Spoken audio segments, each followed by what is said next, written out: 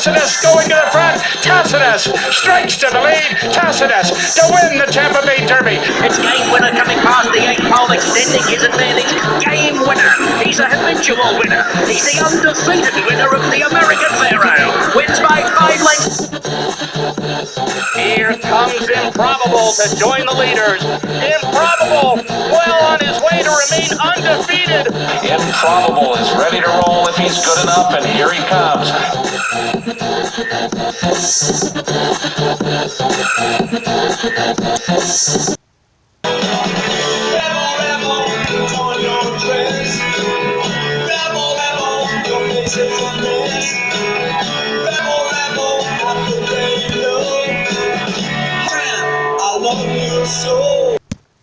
The CS Racing Report Road to the Roses edition, and we are covering the 2 divisions of the Rebel Stakes from Oaklawn Park, Grade 2, 2 divisions, $750,000, $750,000, 8.5 furlongs. Oaklawn Park extended that helping hand to the horsemen, particularly those from Southern California that were basically in a tight spot after the San Felipe Stakes was canceled at Santa Anita. It's been well documented, the problems with that racetrack, 21 horse euthanizations, and the condition of that racetrack due to the inclement weather, wreaking havoc on the horse flesh out there and causing the trainers out on the left coast to have to scramble. Therefore, the Rebel, which has been a targeted race for some of these West Coast trainers over the years, particularly Bob Baffert, made it, there was an extra effort to have to make it the Rebel the priority race. And in the case of Game Winner and Improbable, considered by many to be the top 2 Derby prospects out of that Baffert brigade of Derby candidates, it was more imperative that they make it to the Rebel Stakes. This was going to be their first start of the year for each colt, and they were going in as the favorites. In Division 1, Improbable was the favorite coming out of the 9-hole. He was 3 for 3 and won the Los Al Futurity. There was some local talent, but many people felt like the Oaklawn, the localized talent from Louisiana, Arkansas, was a little bit on the thin side. One horse that had been talked about was Long Range Toddy. He had run second in the Smarty Jones Stakes after winning the Springboard Mile at Remington. That's where he started his career the first 4 times. We'll talk more about that. After his runner-up finish in the Smarty Jones, he then had a troubled trip, but still finished a very, very strong 3rd in the Southwest, a race which many people thought was a little bit light on speed figures and overall competition strength. But he came in here as a horse for Steve Asmussen that had been really one of the only ones to show promise of the 5 that failed in the Southwest. He came in here along with a couple of other California horses, Extra Hope out of the Mandela Barn, and Galilean, owned by West Point Thoroughbreds, trained by Jerry Hollendorfer, had been very impressive in the Cal Cup Derby. Of course, we all know California Chrome made his claim to fame after exiting that Cal State or that state-restricted race to become a superstar. After having struggles in the early part of his career, Galilean, there was a lot of smart money on him to do very, very well. And in the end, what ended up happening was a problem that you certainly don't want to see, but if it's going to happen, you might as well have it happen in the conference tournament rather than in the big show, be it the NCAAs, or you'd rather have a problem happen in the regular season versus when you get to playoff time. But the Rebel, by all accounts, is a playoff type atmosphere race, and Improbable coming out of the 9 came out alertly. Galilean actually was a step slow, but he actually outraced Improbable to the first turn, floating him out 4 wide. And then what was interesting, Drayden Van Dyke was not able to secure an improved position on the backside, and as Vic Stauffer, the race announcer, called it, he was 4 wide on the backside on the second turn. Extra Hope is heads apart for the lead with Galilean and Classy John. Improbable will be 4 wide on both turns. Long Range Toddy stays at the rail. On the turn, though, Improbable showed his class. He went around, swung wide. He was again 4 wide on the final turn, or at the 3/4 point, and he was able to overtake the leaders there. And it looked like for a second that he was about to take off into flight and run away with this Rebel Stakes in the first division. But Long Range Toddy, ridden by John Court, had a ground-saving trip, swung out wide, was able to avoid the issues that plagued him in the Southwest, and right at the wire, he was able to catch Improbable, who seemed to be a winner there, right on the wire, in the last couple strides, as Vic Stauffer so accurately called it, winning it by a neck as Improbable suffered his first defeat, 2 1/4 lengths in front of Galilean, who ran reasonably well, in a race in which the final time was 142.49. For the 8.5 furlongs. That's a very, very good time. And we're going to talk about times, not necessarily literally speed figures, but just times and what I think is going on, or what I think the Derby picture looks like at this point on March the 16th. The opening quarter was 23.77, 47.58. Long Range Toddy actually initially had the lead before the speed horses took over, and Galilean placed himself in that mix. 23.77 for the first quarter, 47.58 for the half. Racehorse time, 111.97 for the 3/4. So things slowed down a little bit, and that's when Improbable began to make his move, and Long Range Toddy put himself in position. But like in the Southwest, he was parked inside and behind a wall of horses. But this time it seemed like he had a little bit easier time getting on track. And when he got that chance to swing out, unlike the Southwest, he accelerated very, very nicely, as I say in the description.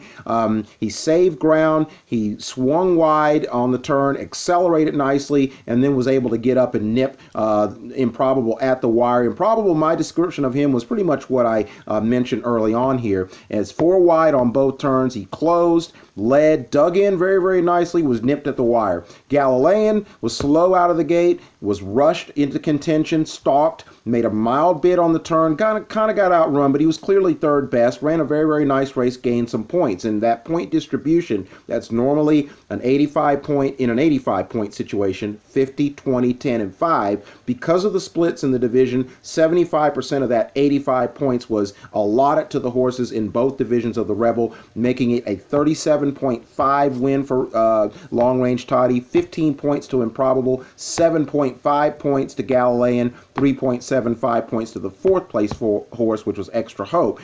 Easy Shot was 5th. 9th Street, once again, and also ran from the Southwest, was 6th for Asmussen. Classy John, one of the horses the horse who was actually setting the fractions, was 7th. And Scratch was Proud Nation and Carews. Carews right at the very last minute before the horses were loaded into the gate. The payouts, Long Range Toddy paid 1880, 420, and 260. Improbable 240 and 210. And Galilean rounding out the trifecta at 240. The exacta was the 2-9 exacta was 45.80.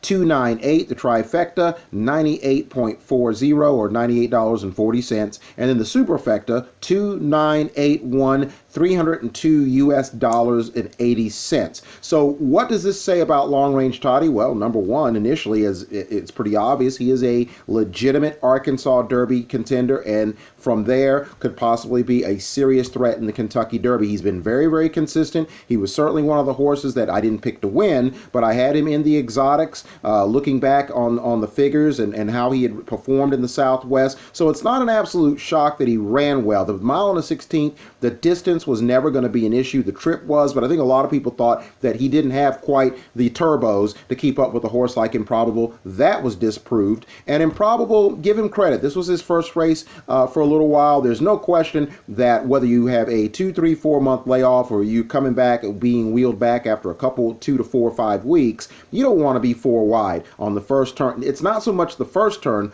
but being wide on the second turn and then on the third turn, or basically wide all the way throughout. You just don't want to be part 15 wide in a grade 1 or a grade 2 race of any strength going a route of ground. So Improbable is going to have to that's going to have to be secured, and it's going to be interesting to see if the blame is going to be placed or unloaded on Drayden Van Dyke.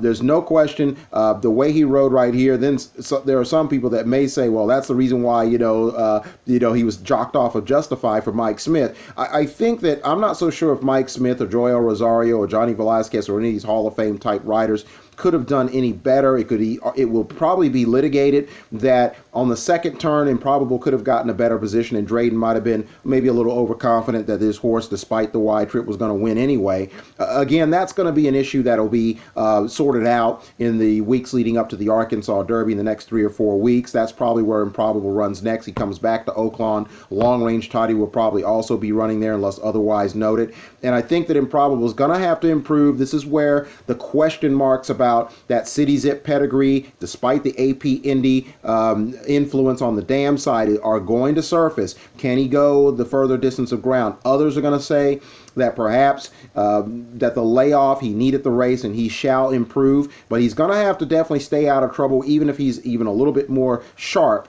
going into the Arkansas Derby. Again, it could be worse. He could have finished 5th in his first out since the Los Alamitos Futurity, and then people would really be scratching their heads, but this was a pretty solid performance to come in here going 4 wide and only get beat by a neck by a pretty good horse, a horse that I think is going to continue to improve, and certainly if that's not drastic or if it's not a marked improvement. Long Range Toddy is a kind of horse, he's kind of a hard knocking kind of horse, and I think he has an opportunity via the Arkansas Derby to cash that check and punch that ticket to the Kentucky Derby. Again, Long Range Toddy edges out the favorite Improbable out of the Bob Baffert barn for trainer Steve Asmussen, winning the first division of the Grade 1 Rebel, or the Grade 2 Rebel, in 142.49 for the 8.5 furlongs, once again for Hall of Fame trainer Steve Asmussen.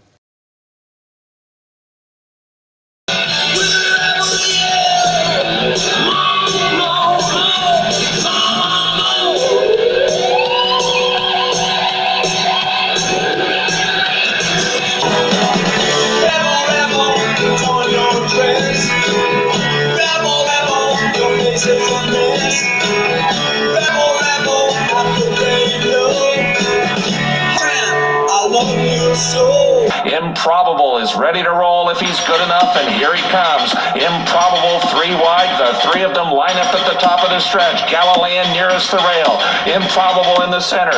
Extra Hope is between horses, and Improbable slingshots to the front. Improbable now a length and a half in front. Long Range Toddy is running a very big one in the center of the track. Improbable, Long Range Toddy trying to gun him down. Improbable, here's Long Range Toddy. The 59th Rebel goes to John Gordon. Long Range Toddy. He beat Improbable, Galilean 3rd, Extra Hope 4th.